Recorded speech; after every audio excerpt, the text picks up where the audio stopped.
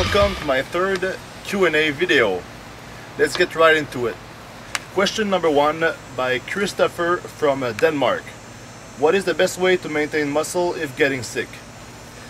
Well, try to eat all your normal food like usually, and maybe take some extra vitamin C for the immune system.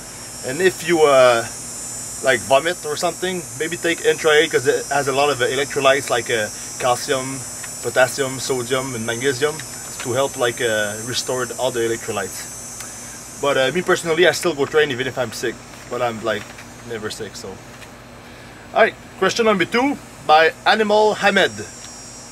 Antoine, my question is, I can train my shoulders twice per week, and what's the most important exercise to build them?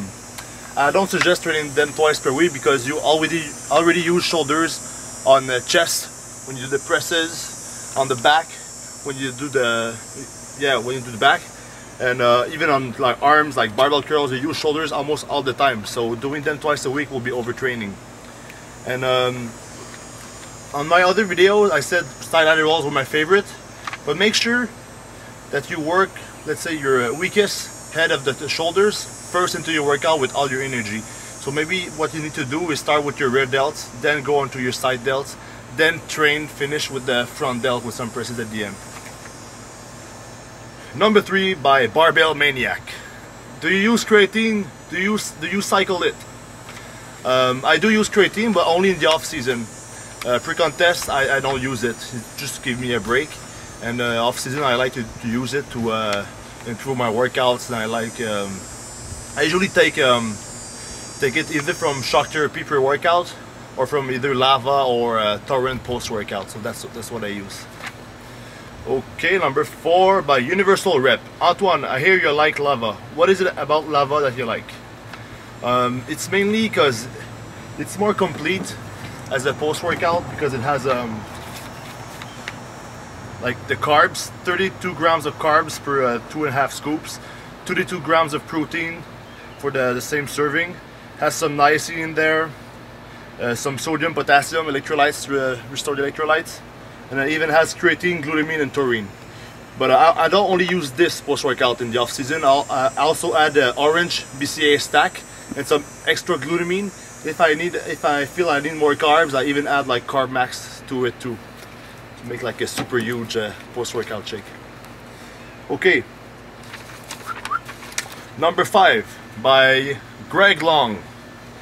Do you train by yourself most of the time, or is there someone with all the time when training? I mostly train alone because it's hard to find a good partner, but I know Greg, you told me you need to find a partner and like train him to train me. So I'm starting to do that. I have my buddy Nicky Boy. I train like once a week usually. But me, I'm a self-motivator. I don't need like somebody to push me because I push myself. There's like a little voice in my head when I'm like, let's say I can't do any more. There's one that says, I'm sure you can do 2 more, and I just like do 3 more. So, but it's good to have a partner sometimes for like the spots on the bench or whatever, maybe on leg day.